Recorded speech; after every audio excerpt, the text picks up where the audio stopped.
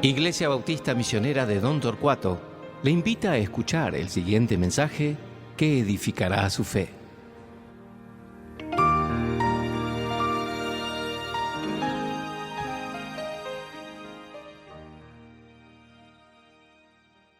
Buen día, hermanos. Les invito a abrir sus Biblias hoy a Isaías, capítulo 40. Hace unas semanas estábamos mirando en varios de los salmos y vimos en todos los salmos que examinamos Dios hablando de que podemos estar sin temor porque Dios es nuestro refugio, nuestro castillo, nuestra protección, nuestra esperanza.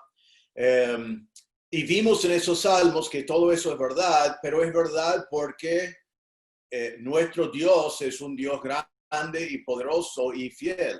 O sea, nuestra esperanza y protección y refugio dependía del hecho de que nuestro Dios puede ser fiel y cumplir con su palabra. Cuando nosotros pensamos en fe, sabemos que la Biblia dice que sin fe es imposible agradar a Dios. Entonces es muy importante que seamos personas de fe, que tengamos fe. Pero, y escuchen con atención, fe es necesario, pero fe no es suficiente. Por ejemplo, yo puedo tener mucha fe. Por ejemplo, puedo tener, o quizás voy a decir a vos, que vos tenés fe en tu equipo favorito. Pero esa fe no siempre produce una victoria. A veces tu fe en tu equipo favorito queda sin fin porque tu equipo pierda. Algunos tienen fe en sus padres y creen, bueno, mis padres van a poder hacer esto, el otro. Y probablemente tenés padres que te aman, pero a veces tus padres no pueden hacer todo lo que quieren hacer. Tu fe es fuerte y buena, pero el objeto de tu fe no es omnipotente. Quizás tenés fe en el gobierno y pensás, bueno, el gobierno me va a cumplir con una cosa y otra cosa. Y los que han puesto su fe en gobiernos han sido desilusionados muchas veces. Aún un gobierno sin corrupción y con personas que están siempre buscando lo mejor para los ciudadanos no tiene la capacidad de siempre hacer lo que quiere hacer. Quizás tu fe está en ti mismo.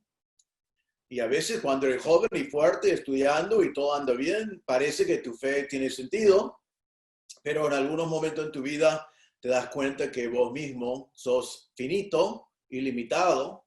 Entonces lo que quiero ilustrar es que podemos tener mucha fe y tenemos que tener mucha fe, pero también es importante cuál es el objeto de nuestra fe. Ahora, en el verano, en el campamento de los jóvenes, el lema de la semana fue el Dios sin igual.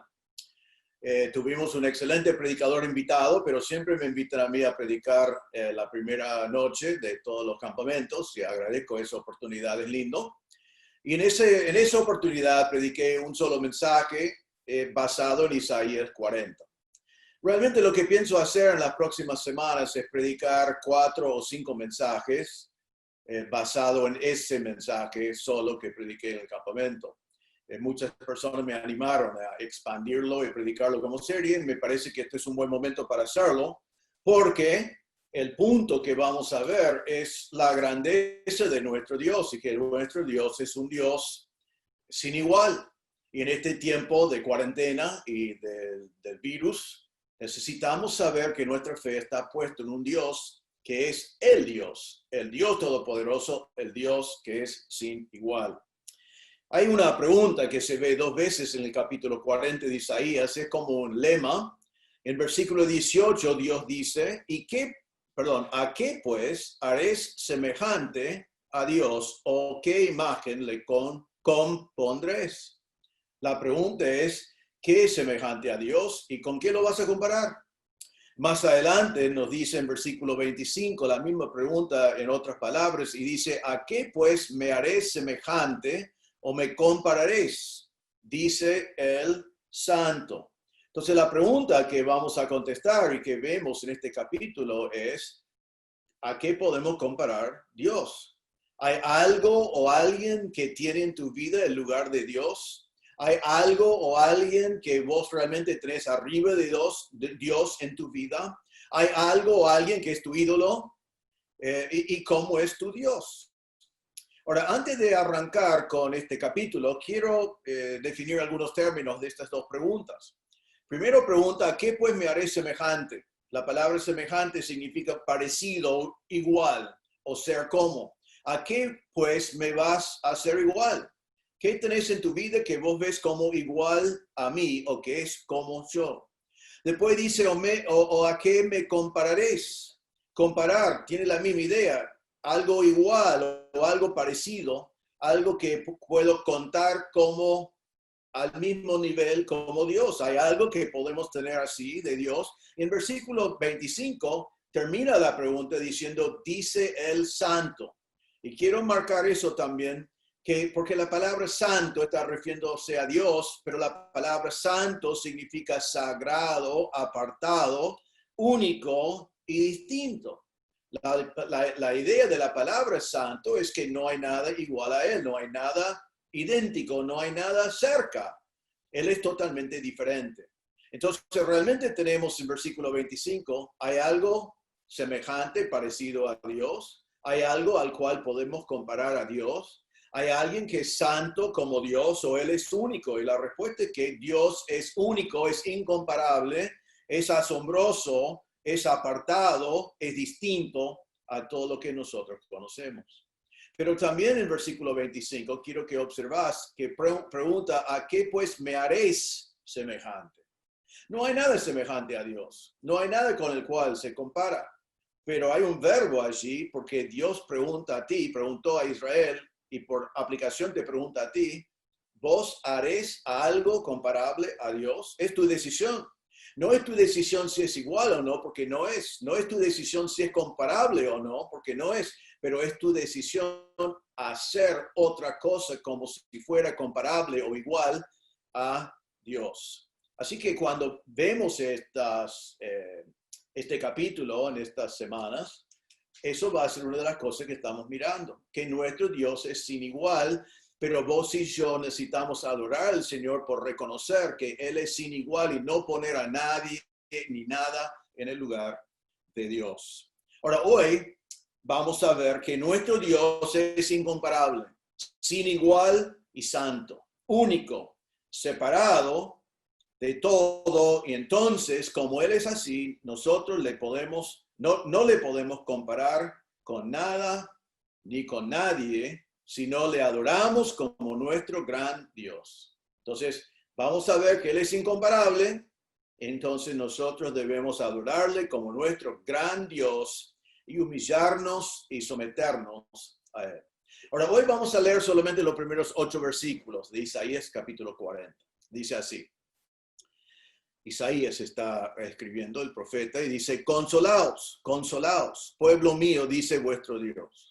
Hablad al corazón de Jerusalén, decidle a voces que su tiempo es ya cumplido, que su pecado es perdonado, que doble ha recibido de la mano de Jehová por todos sus pecados.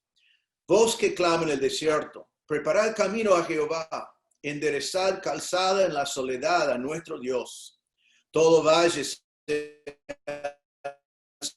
y bájese todo monte y collado, y lo torcido se enderece, y lo áspero se allane, y se manifestará la gloria de Jehová, y toda carne juntamente la verá, porque la boca de Jehová ha hablado. Voz que decía, da voces, y yo respondí, ¿qué tengo que decir a voces? Que toda carne es hierba, y toda la gloria como flor del campo. La hierba se seca y la flor se marchita, porque el viento de Jehová sopló en ella. Ciertamente como hierba es el pueblo.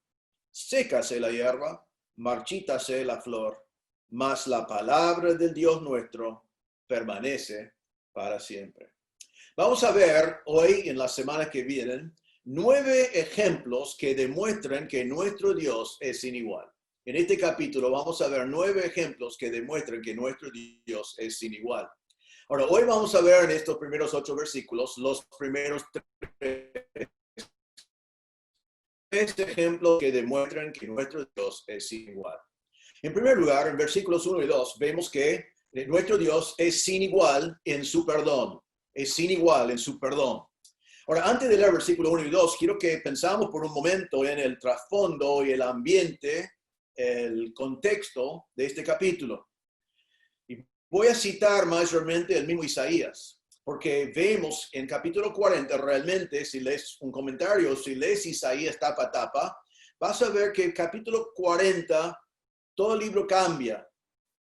Cambia el tono, cambia el mensaje, cambia lo que Dios está diciendo. Ahora, ¿qué está diciendo antes de capítulo 40? Antes de eso vemos vez tras vez la justicia de Dios y Dios juzgando a su pueblo, el pueblo de Judá. Le voy a un par de ejemplos. En Isaías 1, 3 a 5 vemos el pecado de Judá.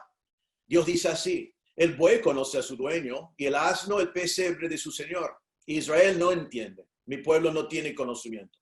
Oh, gente pecadora, pueblo cargado de maldad, generación de malignos, hijos depravados. Dejaron a Jehová, provocaron a ira al Santo de Israel, se volvieron atrás. ¿Por qué querréis ser castigados aún? Todavía os revelaréis. Toda cabeza está enferma y todo corazón doliente. ¿Qué dice Dios allí de su pueblo? Dice que no entienden, no tienen conocimiento. Es gente pecadora, cargado de maldad, generación de malignos, hijos depravados, que el castigo viene porque ellos buscan castigo y siguen en su rebeldía.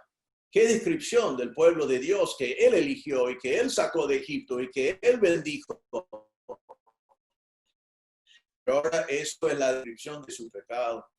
En otro ejemplo, en Isaías 5, versículos 20 a 23, que realmente me hace pensar un poco en el día en el cual nosotros vivimos, pero aquí Dios está hablando a Israel, de Israel, y dice así: hay de los que a lo malo dicen bueno, y a lo bueno malo, que hacen de la luz tinieblas y de las tinieblas luz, que ponen lo amargo por dulce, el dulce por amargo. Ay de los sabios en sus propios ojos y de los que son prudentes delante de sí mismos. Ay de los que son valientes para beber vino y hombres fuertes para mezclar bebida. Los que justifican al impío mediante cohecho y al justo quiten su derecho. Entonces, otra vez, Dios está hablando del pecado de Israel y que ellos toman lo que es bueno y dicen que es malo, y toman lo que es malo y dicen que es bueno. Realmente han rechazado la palabra de Dios, las definiciones que Dios le dio de lo que es bueno y malo. Hicieron lo que ellos quieran. Están en total rebeldía total y no están viviendo sus vidas de acuerdo con la palabra de Dios. Entonces, con todo ese pecado, también leemos al principio de Isaías del juicio de Dios, porque Dios es santo y Dios juzga el pecado. Déjame dar algunos ejemplos de eso. En Isaías 5, 24 y 25, y realmente estoy siguiendo la última cita, que dice que llaman el bueno malo y lo malo bueno, y dice: por tanto, como la lengua del fuego consume el rastrojo y la llama devora la paja, así será su raíz como podredumbre y su flor se desvanecerá como polvo. Porque desecharon la ley de Jehová de los ejércitos y abominaron la palabra del Santo de Israel. Por esta causa se encendió el furor de Jehová contra su pueblo y extendió contra él su mano y le hirió. Y se estremecieron los montes y sus cadáveres fueron medio de las calles. Con todo esto no ha cesado su furor, sino que todavía su mano está extendida. Entonces allí Dios dice, como por culpa de sus pecados y como todavía buscan el castigo, yo he venido, ha encendido el furor de Jehová y no ha cesado su furor, porque abominaron la palabra de Dios y desecharon la ley de Dios. Isaías dice más adelante, en Isaías 10, da algunos detalles muy específicos. Cuando dice esto, 10, 5 y 6, dice: oh Asiria, vara y báculo de mi furor, en su mano he puesto mi ira. Le mandaré contra la nación pérfida, y sobre el pueblo de mi ira le enviaré, para que quite despojos y arrebate presa, y lo ponga para ser hollado como todas las calles. Dios dice: voy a enviar a Siria. Dios envió a Siria y llevaron a los 10 tribus al norte al exilio por su pecado.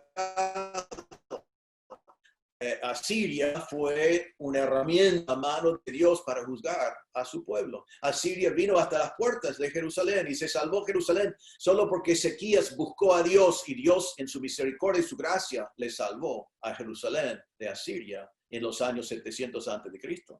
Pero en el capítulo antes de nuestro texto, en Isaías 39, versículos 5 a 7, dice a Ezequías, el rey del tiempo cuando venía a Siria, dice así. Entonces dijo Isaías a Ezequías: oye palabra de Jehová de los ejércitos. He aquí vienen días en que será llevado a Babilonia todo lo que hay en tu casa y lo que tus padres han atesorado hasta hoy. Ninguna cosa quedará, dice Jehová. De tus hijos que saldrán de ti y que habrás engendrado tomarán y serán eunucos en el palacio del rey de Babilonia. Entonces, otra vez, Dios está anunciando. Y cuando miramos en Isaías 1 hasta 39, es pecado, pecado, pecado, juicio, juicio, juicio. Que Dios está marcando su pecado, implorando que ellos vuelvan a Él, pero también marcando que hay consecuencias por el pecado y ellos van a sufrir esas consecuencias porque nuestro Dios juzga el pecado. Ahora, quizás estás mirando y no conoces bien a Dios, quizás preguntas por qué Dios tiene ira y por qué Dios juzga el pecado. La Biblia nos dice muy claramente por qué. Quiero decirte rápidamente y brevemente porque es uno de los temas más importantes de toda la Biblia y más profundos. Comienza con esto hecho. Nuestro Dios es un Dios santo. Ya vimos en nuestro texto que dice que Dios es santo. Eso significa que es diferente, es distinto, es totalmente diferente de nosotros los hombres, pero también incluye la idea de que el pecado es totalmente puro. En 2 Corintios 5:21 dice: al que no conoció pecado, por nosotros lo hizo pecado para que nosotros fuésemos hechos justicia de Dios en él. Jesús, siendo Dios, no conoció el pecado. No es pecador, no puede pecar, no conoció el pecado porque Dios es totalmente libre del pecado. Él es santo. Pero la Biblia también dice que Dios es justo.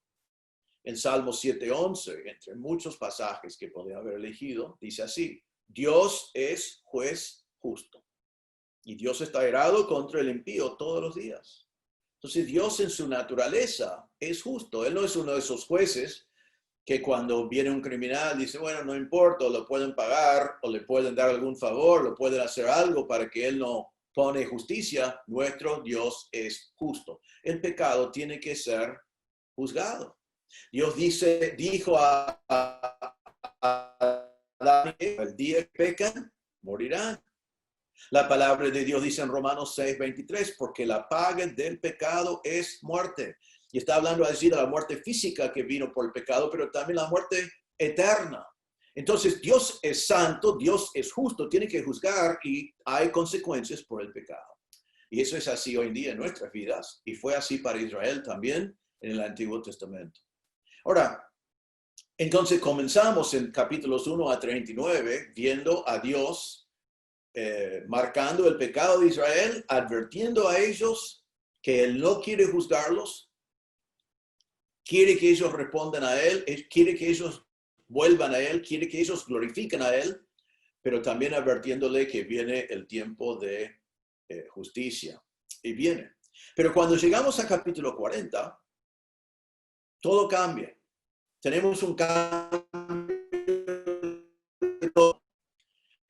Comenzamos a ver el propósito de Dios es redención y no destrucción. Y aunque Israel pecó y Dios tenía que castigarlos, viene la redención de Dios y este primer punto, el perdón de Dios. Porque Dios es imparable, incomparable en su perdón. Entonces, antes del capítulo 40 era juicio, exilio y todo perdido. Y ahora, comenzando con el versículo 1 de nuestro texto, es esperanza, perdón y restauración. El perdón de Dios por su misericordia, por su grandeza y por su amor a su pueblo. Leemos versículos 1 y 2. Dice así: consolaos, consolaos, pueblo mío, dice vuestro Dios. Hablad al corazón de Jerusalén. Decidle a voces que su tiempo es ya cumplido, que su pecado es perdonado, que doble ha recibido la mano de Jehová por todos sus pecados. Entonces, en primer lugar, el profeta anuncia consolación.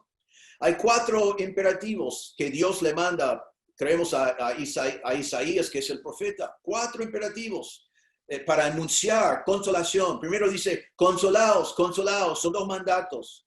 Está repetido por énfasis a decir, esto es el mensaje que quiero que anuncies. Consolaos, consolaos, consolación. Significa confortar, consolar o expresar conmiseración. Está diciendo, pueblo mío, estén consolados. Y observen quién es, dice, pueblo mío, dice vuestro Dios. A pesar de que Israel desobedeció, el Señor tenía que juzgarlos. Él dice, es mi pueblo todavía y yo soy vuestro Dios. Esas palabras, mío y vuestro, marca el hecho de que Dios hizo su pueblo. Él ha hecho promesas a Israel. Y a pesar de su desobediencia y la corrección que Dios tenía que hacer por medio de su castigo, Él no dejó de ser su Dios y ellos no dejaron de ser su pueblo, porque Dios es fiel a su pacto. En Isaías 66:13, más adelante, Isaías va a decir, como aquel a quien consuela su madre, así os consolaré yo a vosotros, y en Jerusalén tomaréis consuelo. Allí él está hablando del hecho de que Él va a consolar como una madre consuele a sus hijos. Ahora, vamos a seguir con ese tema, pero hay 2 mandatos más. Versículo 2. Hablad al corazón de Jerusalén. Hablad, profeta. Hablad a Jerusalén, al corazón de Jerusalén. Anunciarlo. Significa hablar con bondad.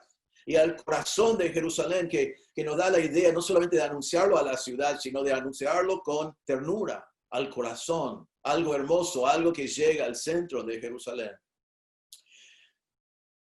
Toda la idea en estos versículos me hace recordar de cuando mis chiquitos fueron chicos y a veces desobedecieron a papá y a mamá y tuvimos que corregirlos.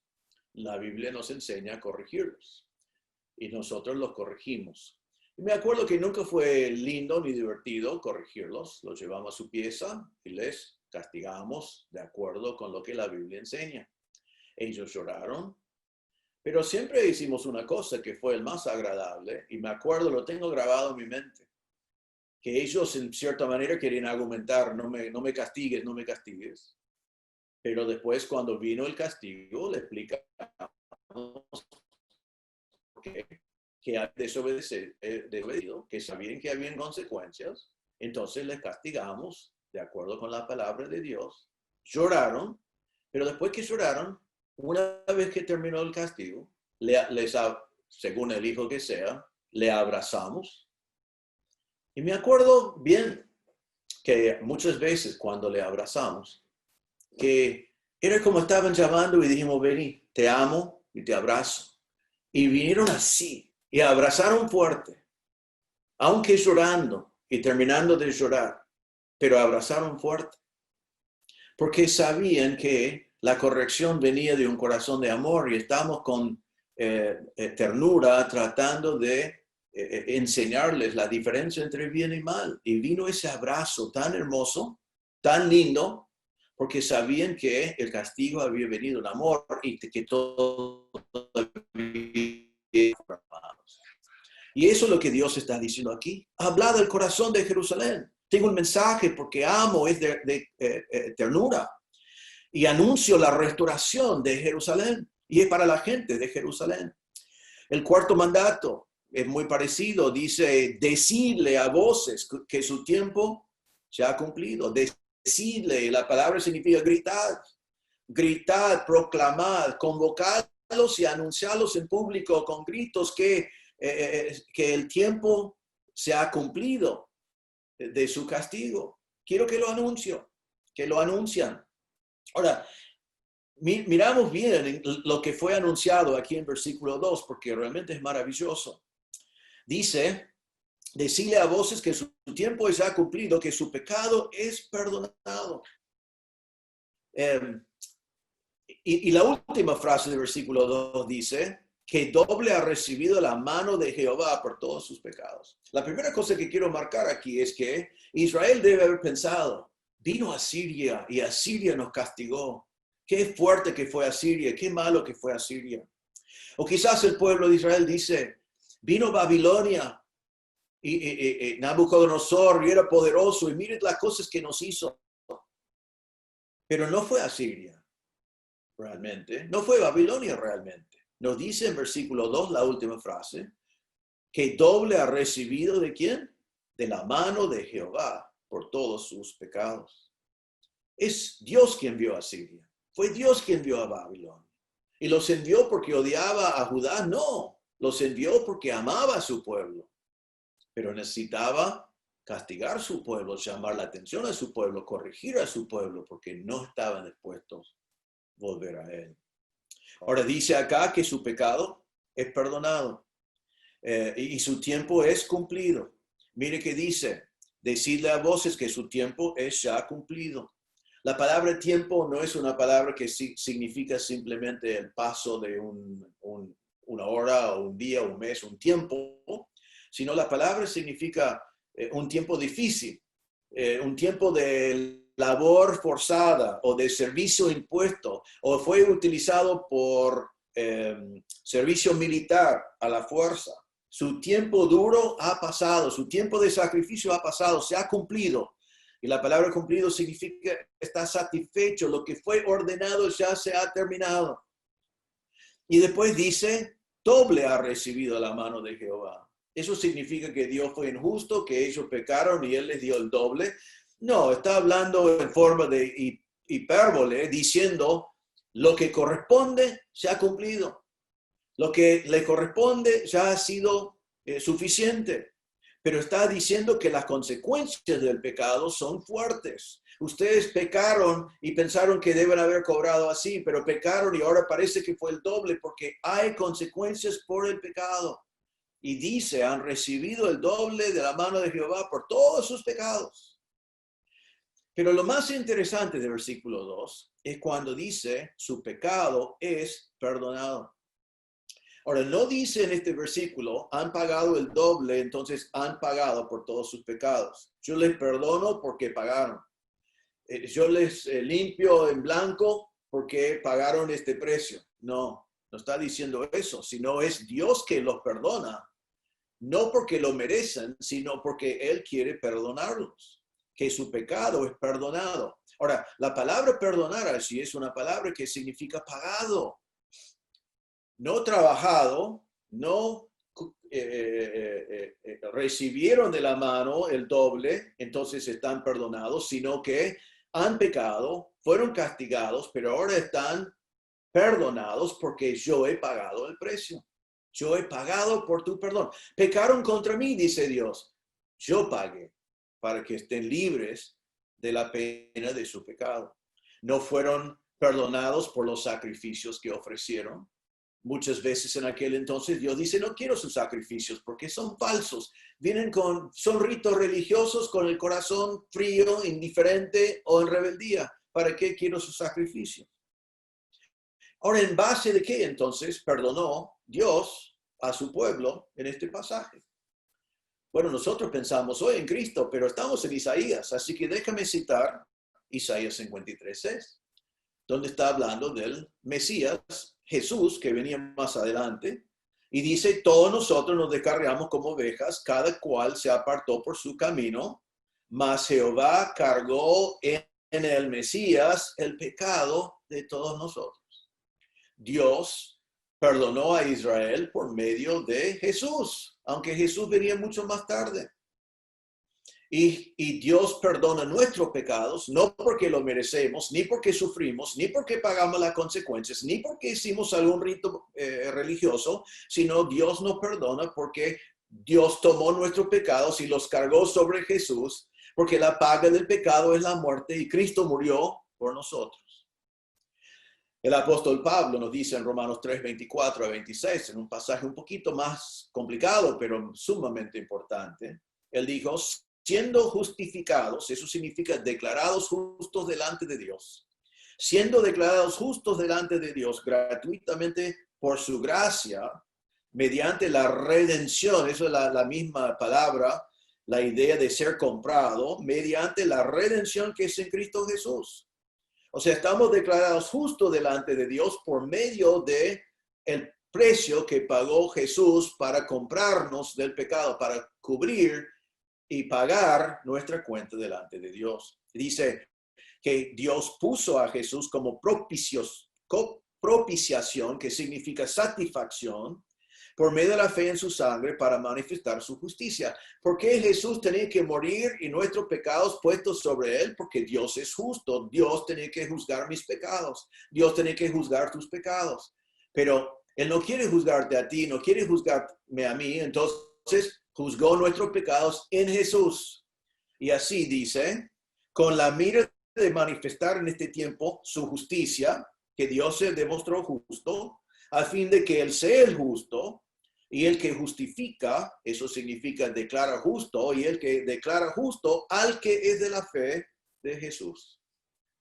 Entonces nosotros pecamos, la paga del pecado es la muerte, merecemos morir, y Dios es justo, alguien tiene que morir por nuestros pecados. Entonces envió a Jesús, su Hijo, que es Dios también, y cargó sobre él los pecados nuestros, así que Dios siendo justo, juzgó nuestros pecados con la muerte que su justicia exige, pero podía declarar a nosotros justos porque otro pagó nuestra cuenta, no nosotros. Ahora, ¿qué es lo que estamos mirando en este pasaje?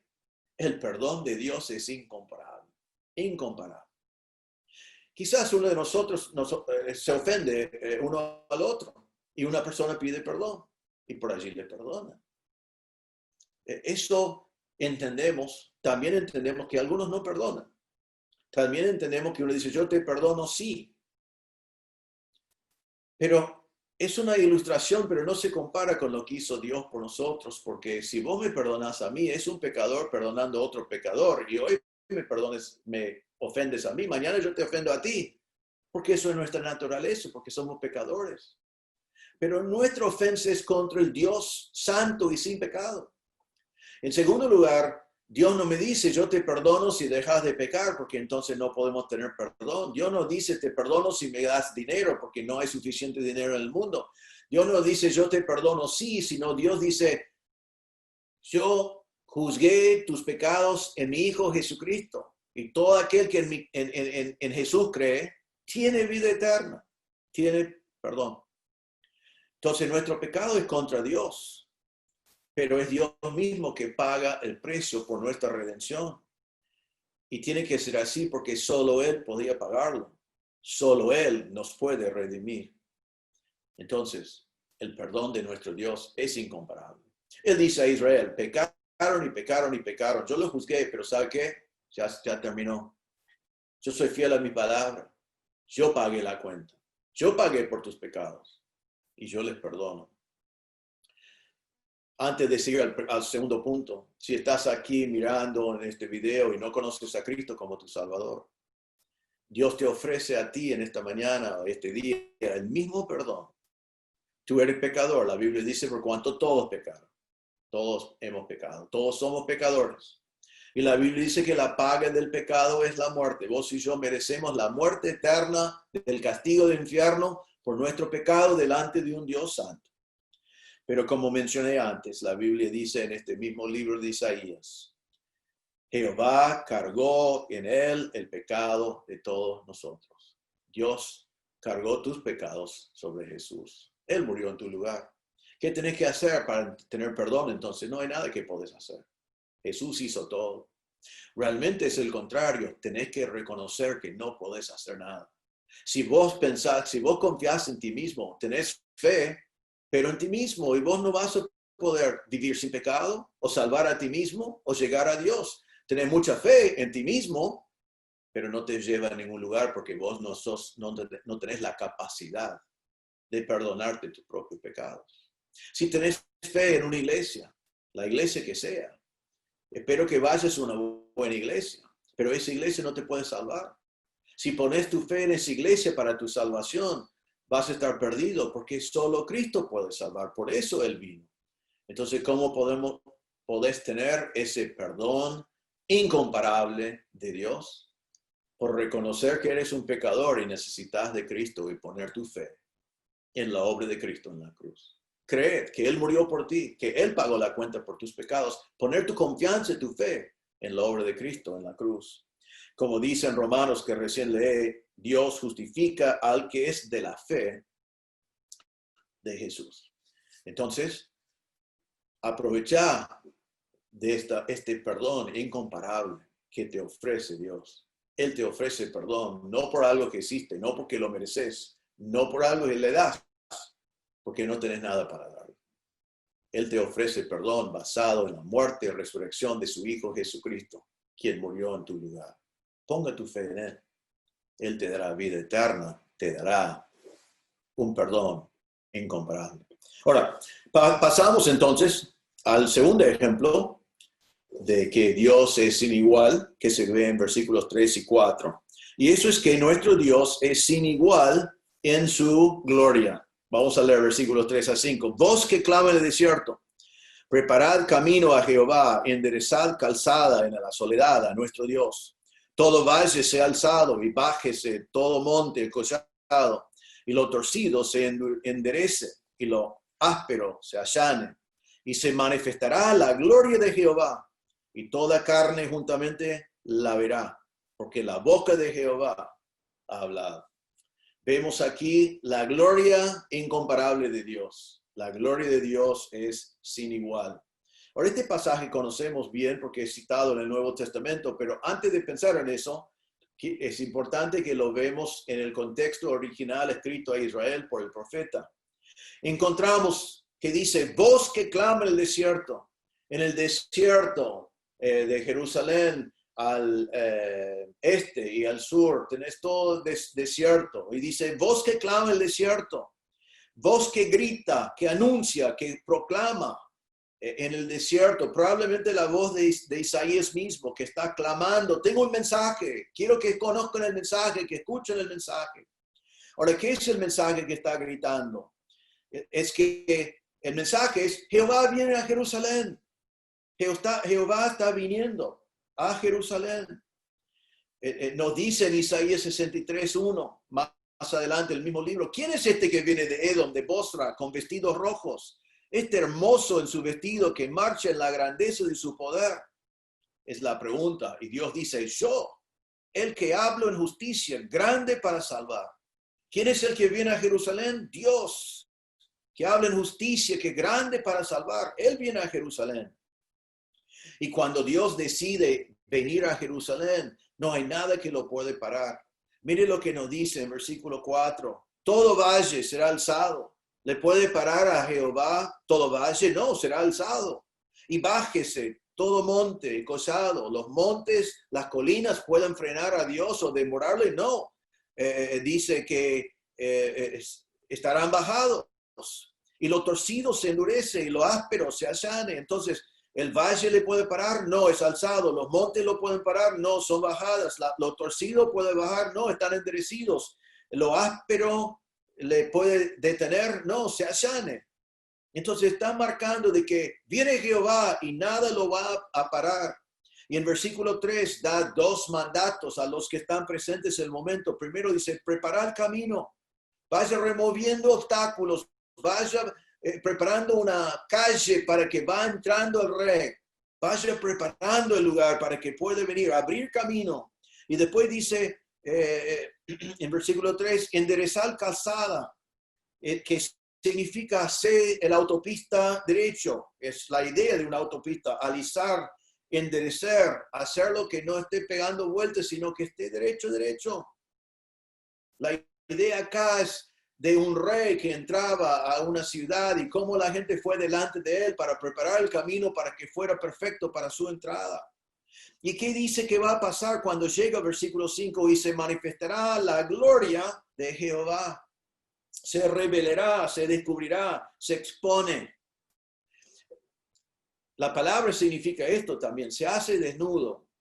Ahora, piensen en eso por un momento, pero no, quizás no como normalmente pensamos. Cuando Dios vino en carne, siendo Jesús, encubrió la manifestación de su gloria. La gente no podía ver la gloria de Dios en toda su esencia. Solo en la transfiguración, 3 de los apóstoles, de los discípulos, vieron algo de la gloria de Dios. Pero cuando Jesús tomó carne, no manifestó toda la gloria de Dios, quién era Él. Pero aquí dice que cuando viene a Jerusalén, la gloria de Dios va a ser como si fuera desnudo, expuesto, que no va a estar cubierto por absolutamente nada. Ahora, pensando en eso, les pregunto, ¿esto ha pasado ya? ¿Dios ha venido a Jerusalén en esta forma, mostrando la gloria de Dios? Y dice, y toda carne juntamente la verá. O sea, Dios ha venido a Jerusalén para que toda la carne podía ver la gloria de Dios. Y creo que sabemos que eso no ha pasado todavía. Jesús vino en carne, no demostró su gloria. Sabemos también, porque no quiero que nos confundamos, que esto está citado en el Nuevo Testamento, hablando de Juan el Bautista. ¿Recuerdan? En Marcos, el libro comienza, el Evangelio de Marcos comienza con estas palabras. Principio del Evangelio de Jesucristo, Hijo de Dios. Como está escrito en Isaías el profeta, he aquí yo envío mi mensajero delante de tu faz, el cual preparará tu camino delante de ti. Voz del que clava en el desierto, preparad el camino del Señor, enderezad sus sendas. Entonces Juan el Bautista cumplió con esta profecía parcialmente lo cumplió. Juan el Bautista vino para preparar camino para el Mesías, pero no el Mesías para revelar su gloria, manifestar su gloria y reinar, sino para preparar el camino para el Mesías que vino para morir. Más adelante vamos a tener esto cumplido en su amplitud cuando el Señor viene para reinar y viene en gloria. Así que es citado en el Nuevo Testamento porque Juan vino para preparar el camino del Señor. La gente rechazó a Jesús como su rey porque Jesús vino para morir por el pecado, para resucitar, para ofrecernos la vida eterna.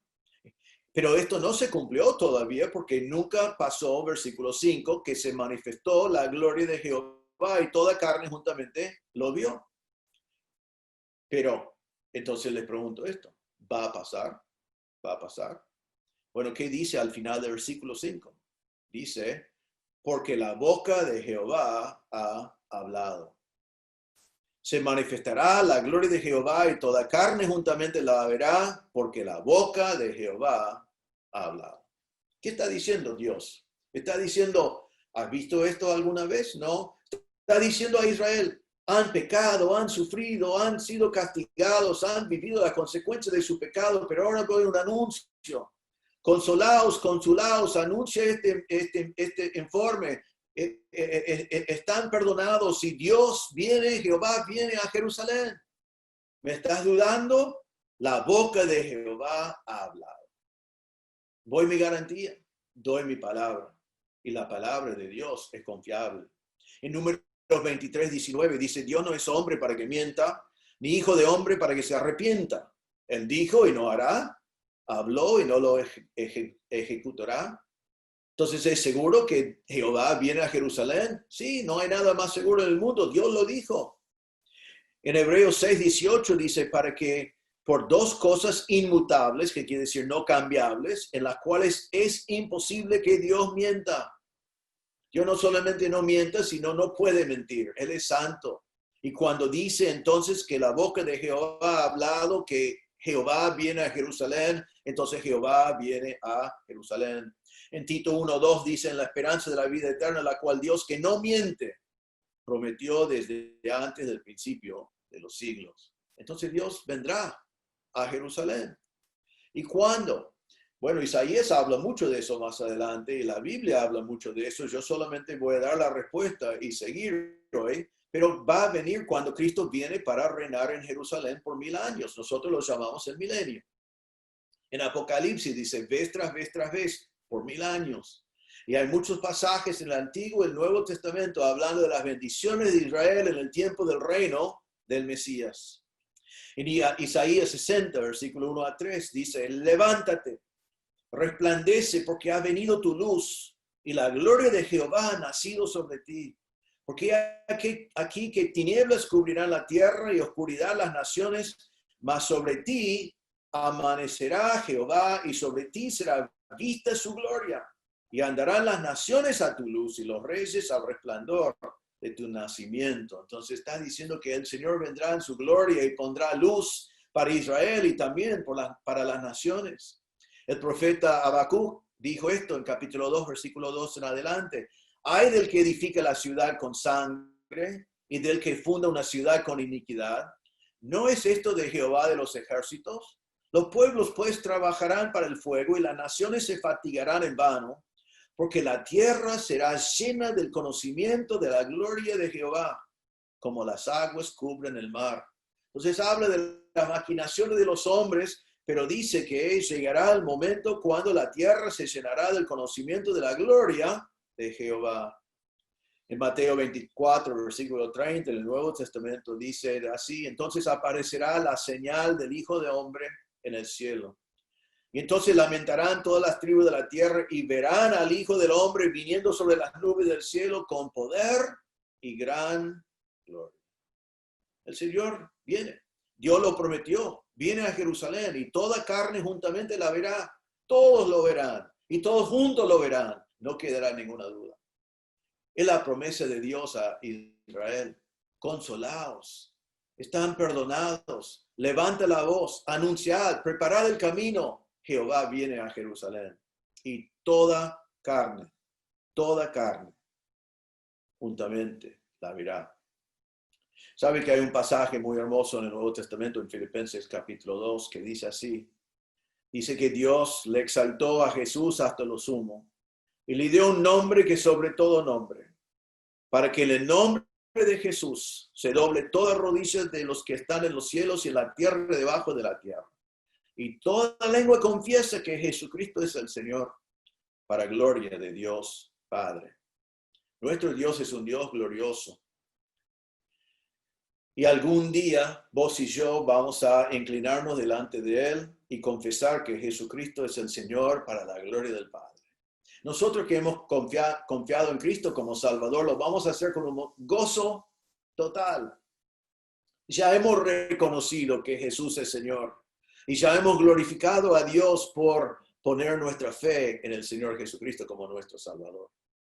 Pero en ese momento, los que han creído van a reconocer al Señor y los que no han creído y están rumbo al infierno eterno van a tener que reconocer que es verdad que Jesús es Señor.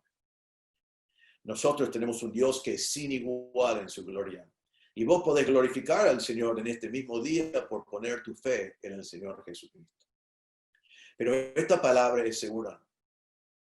Nosotros nos gusta visitar a Israel, nos gusta visitar a Jerusalén, por todo lo que ha pasado en el pasado, pero también nos gusta pararnos en el Monte de los Olivos y ver por dónde va a venir el Señor cuando viene para cumplir con esta profecía. Y cómo va a entrar por la puerta oriental y cómo va a entrar en el lugar donde está el templo y cómo Él va a poner allí su gloria donde Él va a reinar.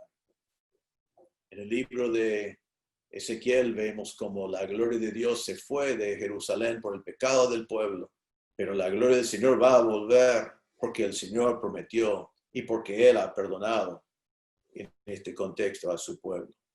Salmo 24, 7 y 8 dice: alzado puertas vuestras cabezas y alzaos vosotras puertas eternas, y entrará el Rey de Gloria. ¿Quién es este Rey de Gloria? Jehová el fuerte y valiente, Jehová el poderoso en batalla. El Señor viene a Jerusalén y va a demostrar su gloria. Qué día hermoso va a ser. Yo voy a estar allí. Probablemente vos también vas a estar. Y si querés estar y no sabes, ponga tu fe en Cristo, porque todo lo que está en Cristo estará para ver ese día maravilloso. Pero pasamos rápidamente hoy al tercer ejemplo de nuestro Dios sin igual, que se encuentra en versículos 6 a 8. Y eso es que nuestro Dios es sin igual en su palabra. Es sin igual en su palabra. Dice así: voz que decía, da voces. Y yo respondí, ¿qué tengo que decir a voces? Que toda carne es hierba y toda la gloria como flor de campo. La hierba se seca y la flor se marchita, porque el viento de Jehová sopló en ella. Ciertamente como hierba es el pueblo. Sécase la hierba, marchítase la flor, mas la palabra del Dios nuestro permanece para siempre. Aquí comienza el versículo 6, otra vez diciendo, da voces, da voces. Está diciendo, quiero que anuncies algo, que gritas algo, que proclamas algo, pero la idea principal es la palabra gritar. ¿Qué tiene que gritar? Bueno, voy a resumirlo y hacerlo como Dios dijo probablemente a Isaías, a decir, gritar. ¿Qué tengo que gritar? Esto, la vida es corta, la vida es corta, la vida del hombre es corta. ¿Qué dice acá? Dice que la vida del hombre es como, dice, toda carne es hierba y toda su gloria como flor de campo. Vos y yo somos como la hierba, somos como las flores. La hierba que se corta y se quema, que desaparece, las flores que en un momento están, en el otro momento no están. Dice acá en versículo 6 que nuestra gloria, lo más hermoso de nosotros, es como la flor del campo, que hoy está, pero mañana no está. Dice en versículo 7, la hierba, ¿qué le pasa? Se seca y la flor se marchita. Y la flor cuando se marchita, ya no tiene valor. Y la hierba cuando se seca, la usaron para quemar. Y dice que es así, versículo 7, porque no aguantaba el soplo de Jehová. Dice, el viento de Jehová sopló en ella y se secó y se marchitaba. Ciertamente como hierba es el pueblo. Así es el hombre. Dios va a hacer una comparación aquí en estos versículos de algo que es muy temporario y algo que es permanente. Lo que es temporario, lo que es provisorio, lo que es corto es la vida del hombre. Nosotros sabemos que es así. Déjame citar algunos pasajes, porque la Biblia dice esto vez tras vez, pero nosotros nos olvidamos. Job 14, 1 a 2 dice, el hombre nacido de mujer, corto de días y hastiado de sinsabores, sale como una flor y es cortado. Y huye como la sombra y no permanece. Así dijo en el libro de Job. Salmo 102, versículo 11. Mis días son como sombra que se va y me he secado como la hierba. Mas tú, Jehová, permanecerás para siempre y tu memoria de generación en generación. Entonces yo de corto tiempo, Dios para siempre y su memoria, su revelación para siempre. Salmo 103, versículo 15. El hombre como la hierba son sus días, florece como la flor del campo, que pasó el viento por ella y pereció, y su lugar no la conocerá más. Mas la misericordia de Jehová es desde la eternidad y hasta la eternidad sobre los que le teman, y su justicia sobre los hijos de los hombres. Nos advierte a nosotros en Santiago capítulo 4, versículo 13. Vamos ahora a lo que decís. Hoy y mañana iremos a tal ciudad y estaremos allá un año y traficaremos y ganaremos. Cuando no sabéis lo que será mañana. Porque, ¿qué es vuestra vida? Ciertamente es neblina que se aparece por un poco de tiempo y luego se envanece. En 1 de Juan 2, 15 a 17 dice, Juan, no améis al mundo ni las cosas que están en el mundo. Si alguno ama al mundo, el amor del Padre no está en él. Porque todo lo que hay en el mundo, los deseos de la carne, los deseos de los ojos, la vanagloria de la vida, no proviene del Padre, sino del mundo, y el mundo pasa. Así que todas las cosas de nuestra vida pasan. Dice, y sus deseos pasan. Pero el que hace la voluntad de Dios permanece para siempre. Entonces, ¿qué está dando esta comparación en versículos 6 a 8? El primer grito es, la vida es corta. Tu vida no va a ser largo. Va a ser rápido, va a ser corta. Ahora, si eres joven, te cuesta pensar eso, porque ves toda tu vida por delante. Y está bien, entiendo eso. Nosotros que somos grandes, fuimos jóvenes una vez, entendemos eso. Entonces, aunque te parece que tenés 70, 80 años más todavía de vida y que eso va a durar para siempre, Dios dice que no va a durar para siempre. Ahora, nosotros que ya somos grandes, nos damos cuenta, porque parece que fue ayer que fuimos jóvenes. Yo me acuerdo cuando conocí a Cristo a los 8 años, me acuerdo como si fuera ayer. Me acuerdo cuando el Señor me llamó al ministerio, cuando era también muy chiquito. Me acuerdo como si fuera ayer. Me acuerdo el 9 de septiembre de 1980, cuando bajamos de un avión y tocamos el suelo argentino por primera vez, viniendo para servir al Señor aquí. Me parece que fue ayer. Yo digo, ¿qué pasó con esos 40 años? Bueno, así es, porque la vida es como una neblina. Pero Dios quiere que entendamos. Y el grito acá es, la vida es corta. Pero ahora viene otro grito también aquí, parte de este mensaje se encuentra al final del versículo 8, porque dice, sécase la hierba, dice Dios, que sea así, marchítase la flor. Pero aquí viene la otra parte. Mas la palabra del Dios nuestro permanece para siempre. Dios dice, tu vida es corta, pero mi palabra es para siempre. Persevera, permanece. La idea también de la palabra que se levanta, se para. Mi palabra es establecido para siempre. Tu vida será corto, pero mi palabra fue antes de vos, será después de vos, y es permanente, es parado, es confiable, se cumple. Es para siempre, dice. Es eterno, eterno pasado y futuro. Entonces, ¿qué está diciendo Dios acá? Está diciendo a nosotros entonces que no confiamos en nuestra hermosura. No confiamos en nuestra gloria como la flor. No confiamos en que vamos a tener muchos años de vida. No confiamos en que nosotros tenemos sabiduría humana y que vamos a poder vivir algo así. Sino nos está diciendo que nosotros debemos vivir nuestras vidas basado en la palabra de Dios, porque la palabra de Dios dice la verdad, la palabra de Dios persevera, la palabra de Dios es eterna, y cuando edificamos nuestras vidas sobre la verdad de la palabra de Dios, vamos a poder glorificar a Dios con nuestras vidas. Vamos a terminar nuestras vidas de grandes sin lamentar. Yo ya hoy en día tengo 65 años. Eso es la edad más o menos donde se define como un viejo. A mí no me importa eso. No sé cuántos años más el Señor me da para servirle. Sé que cuando esta vida termina, estoy automáticamente en el mismo instante en la presencia del Señor. Y entonces estoy esperando ese día. Va a ser hermoso. Pero nunca lamenté haber creído en Cristo como mi Salvador. Nunca estaba triste porque decidí servir al Señor con mi vida. No lamento que el Señor me llamó al ministerio. He podido dedicar mi vida a algo que es eterno. Nunca estaba triste porque decidí vivir mi vida para la gloria de Dios. Ahora, me encuentro con muchas personas que toman decisiones en su vida y después lo lamentan. Y he estado en el ministerio suficientes años para conocer a personas que les advertí de la palabra de Dios, que hay consecuencias por lo que estás haciendo, y me dijeron, yo me encargo. Pasa una generación y me viene y dice, mire las consecuencias de mis pecados, porque no escuché la palabra de Dios, sino hice lo que yo quise hacer. Y me han dicho a mí, tienen que anunciar lo mejor, que hay consecuencias por el pecado. Y lo hacemos, intentamos hacerlo, pero la verdad es que el que vive la vida creyendo en sí mismo va a tener mucho para lamentar. Pero el que sabe que la palabra de Dios permanece para siempre, persevera para siempre, se para para siempre, será verdad para siempre, después no tiene nada para lamentar. Creemos en la palabra de Dios.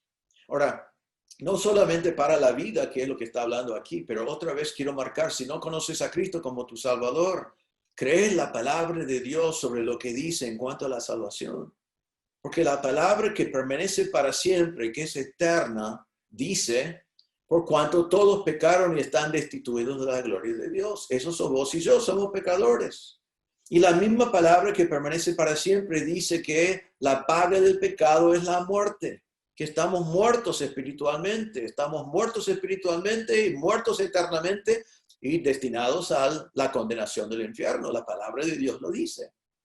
Pero la palabra que permanece para siempre también dice que Dios amó tanto al mundo que envió a su Hijo Jesucristo para morir.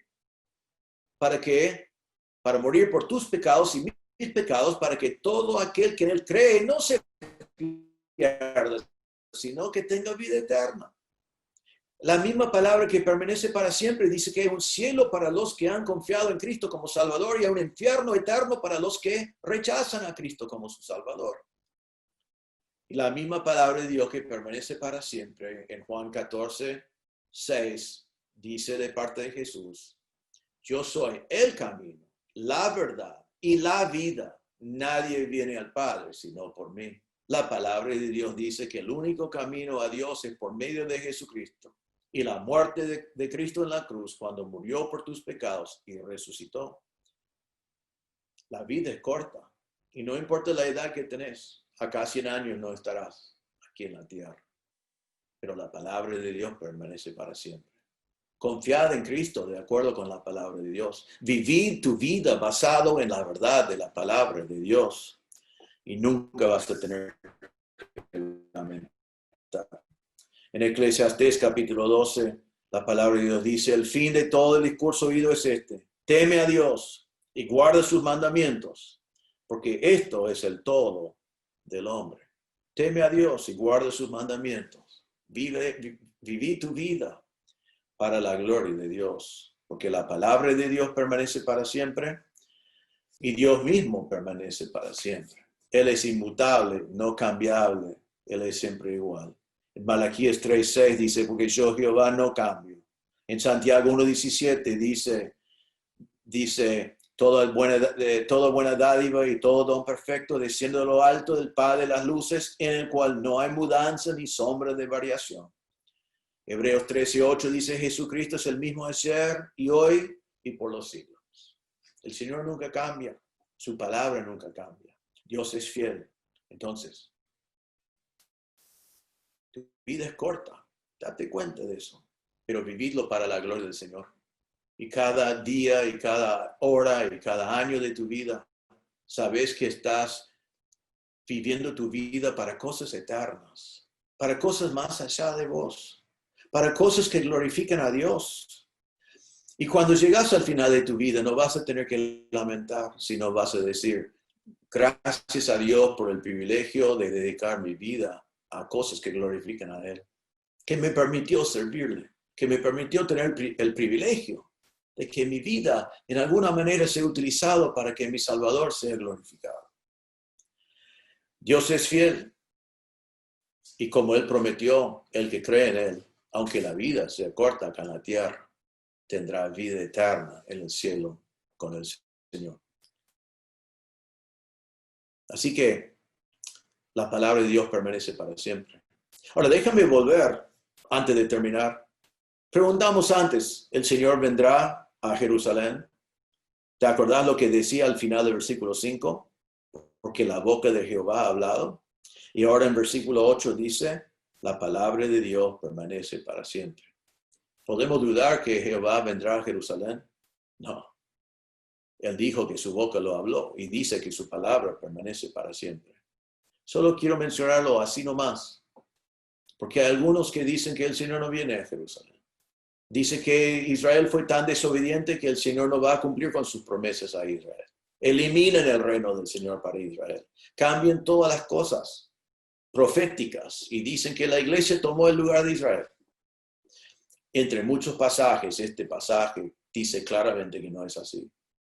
Israel había pecado, Dios les perdonó, Dios prometió que el Señor viene a Jerusalén y para manifestar su gloria. Y dijo, doy mi palabra. Y ahora nos dice, mi palabra permanece para siempre. Eso también va a pasar. Hermanos, nuestro Dios también es sin igual en su palabra. No hay otra palabra como lo de Él. Hoy en día, si alguien te dice, te doy mi palabra, muchas veces le miramos, le dan mi palabra, su palabra vale, pero la palabra de Dios permanece para siempre. Él es siempre fiel. Hermano, tu Dios es sin igual. ¿Tenés otro ídolo? ¿Lo comparás a otra cosa? ¿Hay algo o alguien que tiene el primer lugar en tu vida? ¿Que en tu corazón has reemplazado a Dios? Realmente Dios es sin igual. No hay nadie que puede tomar su lugar. Su perdón es sin igual. ¿Qué clase de perdón tenemos con el Señor? Un perdón que no merecemos. Un perdón que no ganamos. Un perdón que no podemos comprar. Un perdón que tenía que ser comprado con el precioso sangre de nuestro Señor Jesucristo. Pero el Señor nos redimió. El Señor nos perdonó. Gloria a Dios. Por gracia y misericordia tenemos perdón. Su perdón es incomparable. Vimos que su perdón es sin igual. Su perdón es sin igual. Perdón, su gloria es sin igual. Su gloria será manifestada. Su gloria será visto por todos. Nosotros estaremos en ese momento. Qué promesa. Qué pensamiento hermoso. Qué día increíble va a ser eso. cuando nosotros y todos sean, toda carne, ve la gloria del Señor. Y por último, vimos que su palabra es sin igual. Así que no vivimos nuestras vidas cortas, dependiendo de la sabiduría humana, y teniendo que lamentar las decisiones y las consecuencias de nuestras decisiones, cuando podemos basar nuestras vidas en la verdad de la palabra de Dios, que permanece para siempre. ¿Qué haces tú en tu vida? ¿Dependes de Dios? ¿Lo ves a Dios como lo que es un Dios sin igual? ¿Le das gloria a Dios, alabanza al Señor, adoración al Señor y le das a Dios el lugar que le corresponde en su vida? Te animo que sea así. Tiene que ser así, porque no hay nadie como nuestro Dios. En este tiempo, cuando estamos en cuarentena y hay mucha incertidumbre y no sabemos lo que va a pasar con el virus, qué hermoso saber que nuestra fe no está puesto en un hombre, no está puesto en un gobierno, no está puesto en algo que se mueve, no está puesto en nosotros mismos, sino nuestra fe está puesto en el Dios eterno, incomparable, el Dios que perdona, el Dios que es glorioso y el Dios que es fiel a su palabra. Ponemos nuestra fe en Él. Él va a cumplir, porque su palabra permanece para siempre. Oremos. Señor, te damos gracias que tú eres un Dios, el Dios único, el Dios santo, un Dios incomparable. No hay otros dioses y no hay nada ni nadie como tú.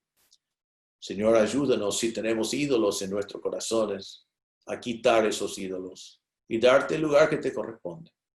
Ayúdanos, Señor, si nos hemos olvidado del milagro de nuestro perdón, que hoy podamos adorarte, darte gracias, que nos has perdonado, aunque merecemos tu juicio.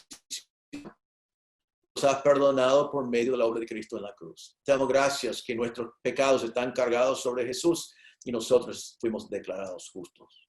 Y, Señor, si hay alguien presente que no ha confiado en Cristo como su Salvador todavía, Señor, que hoy acepten a Cristo, pongan su fe en el Señor Jesucristo y reciban ese gran perdón que está ofrecido por gracia, que fue comprado con la sangre de Cristo.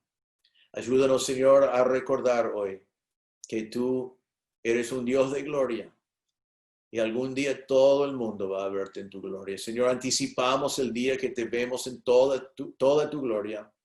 Esperamos ese día de que está hablando en este pasaje, que podemos acompañarte a Jerusalén y servirte en tu reino.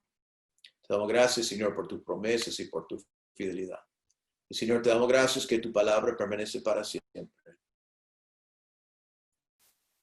Pedimos, Señor, que estemos convencidos de esa realidad y entonces que consultamos a tu palabra para cada decisión de nuestras vidas, grande y pequeña, que siempre decidimos obedecerte y seguirte a ti, sabiendo que nuestra vida es corta, pero tu palabra permanece para siempre.